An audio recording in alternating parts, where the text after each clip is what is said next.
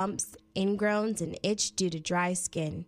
Venus for pubic hair and skin is here with the only razor and regimen specifically designed for your pubic area, featuring a razor with a patented irritation defense bar and skincare regimen that is dermatologist and gynecologist tested.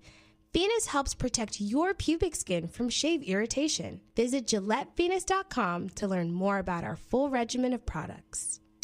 More honesty than you can handle. More empowerment than you can imagine. You're tuned in to Tavis Smiley. Tavis Smiley and Ernest Krim, who I'm delighted to have on this program in this hour. My time is getting away from me, Ernest, so let me just jump right ahead in this story. So why'd you leave the public school system? Yeah, so after I dealt with that incident, I spent the last 2 weeks of my summer break at the time trying to find a lawyer. And, I was consumed with the case. So I was teaching, but at the same time, I'm checking my email. I'm getting feedback. I'm meeting with detectives and everything. And it took a couple, 2.5 months to get her arrested. I'm taking up time to go to trial. It took about a year for the trial to happen. In the midst of that, I started writing my book because I had a breakdown over the incident and working in a white space and just the trauma that comes with that. And I also started speaking. And I found, for one, that the lesson that I could extract from my personal story and compared to our history was more impactful to our kids than the stuff they were forcing me to teach in U.S. history. Also, at the same time, I was getting paid more than I would get in a day, sometimes in a week. And to me, it didn't make sense for me because I felt like I was one of the best teachers. The kids would tell me that I felt that way, but I could never be compensated the way I should be unless I worked more years. And that's, to me, that's a flawed system. And so the more I spoke, the more I urged to get out. And in 2021, of course, we know what happened in 2020, but then in 2021, I started posting TikToks just as a way to reach another audience, and they took off. And my platform just grew and it grew. And I had people reaching out to me to help, to promote brands that were in alignment with what I was talking about, which was like the wildest thing to me because I couldn't believe that what I was speaking about was in alignment with brands that wanted to promote something. So for me, it's too urgent of a time for me to stay at one school and teach 30 kids at a time while fighting off administrators, while somebody who can't even teach to my level is telling me that I'm not up to par in a certain category. And Tavis, at what point in your life have you learned something at a high level while sitting down for 8 hours a day? It just doesn't happen. You know what I'm saying? Yeah, the school system is so flawed. Like, how are we graduating people and deeming our school successful when our kids are leaving situations that are the basis of systemic injustices? Like, the true education would be them being taught how to repair what happened. Like a school that's successful is actually helping the environment, not sending them away to never return again. So my idea is I'm thinking 100 years in the future. These schools are irrelevant now. Our kids on the phone, our kids are learning from everything but the teacher. They just doing what they need to do to get a grade and get up out of there. That's hard to hear, but yeah, that's wisdom speaking. That you're speaking truth. It's just hard to hear. I recognize that you left because you were being suffocated. That's my word, not yours. But I sense you were being suffocated. So I ain't mad at you for getting out and to get the air that you needed to breathe and to grow and to do what you've been called to do. And yet I want to ask right quick, did you ever have any misgivings about abandoning these kids because they don't see enough black men? Yeah, I mean, that's the toughest thing. Any of my complaints about my years in teaching have never been about the kids. The kids were the reason why I was able to push through. Right. I left after 12 years. I was ready to go many years before then, But I for one, it wasn't the time, but also two, I had to make sure it was at a time where I could find solace in making that decision and not personalize it. I did. I shed tears over that, but I also said at the same time, there are some black kids in another town that need me as well. Black kids in L.A., New York, my hometown, Chicago, Miami, Atlanta. And I think that, and I have an online K-5 Black History course where I'm teaching our kids through books every week. So it was a tough, No, it was a tough, finish that last sentence. It was a tough what? I was going to say it was a tough thing to do, but then I also understand, too, that we need more of us in the class, but I think that we also need to make a push to have more of us in the building, period, whether that's subbing, volunteering, all of that. Fair enough. When we come forward in our remaining moments with Ernest Krim, I'll give him the microphone. and let him share with you about his classroom today. He's still in the classroom. It's just a much, much, much larger classroom. We'll talk about that when we come forward on Tavis Smiley. More of Tavis Smiley when we come forward. If you're like me, 60 and retired, making ends meet, especially here at the supermarket and drugstore, is tough. I'm so blessed to have found benefitscheckup.org. It's a free and confidential website from the National Council on Aging that connected me to $1,200 a year in programs that help pay for food, medicine, utilities, and more. Maybe it can help you. benefitscheckup.org.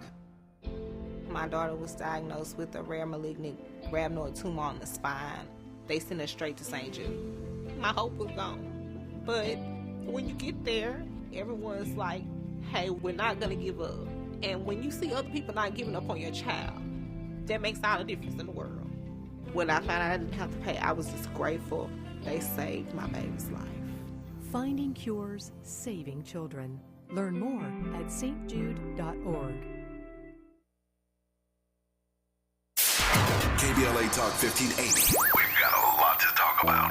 KBLA Talk 1580 believes in community empowerment through the arts. Tia Chucha Central Cultural is on a mission to transform community in the Northeast San Fernando Valley and beyond through ancestral knowledge, the arts, literacy, and creative engagement. The Northeast San Fernando Valley has a population of about 500,000, the size of the city of Oakland, yet it has no bookstores, art galleries, or full-fledged cultural spaces until Tia Chucha's opened its doors in 2001. Founded by renowned poet and activist Luis Rodriguez, Tia Chucha's Cultural Center provides a year-round free or low-cost arts and literacy bilingual intergenerational programming in mural painting, music, dance, writing, visual arts, healing art sessions, and healing talking circles. Activities also include Mexica, Aztec dance, indigenous cosmology, philosophy, and 2 weekly open mic nights, one in Spanish, the other in English. In addition, they host author readings, film screenings, and art exhibits. To express yourself, heal yourself, attend an event, or volunteer, please visit www.tiachucha.org. That's TIACHUCHA.org.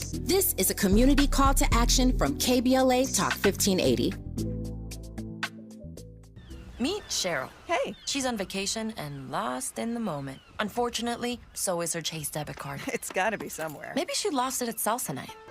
These skirts should have pockets. Or maybe she lost it at Pilates. 3 and 2 and... But she's not worried. With the Chase mobile app, she can lock her card till it turns up. Tools that help protect. One bank that puts you in control. Visit chase.com/checking. Chase, make more of what's yours. Chase mobile app is available for select mobile devices. Message and data rates may apply. JP Morgan Chase Bank, N.A. member FDIC.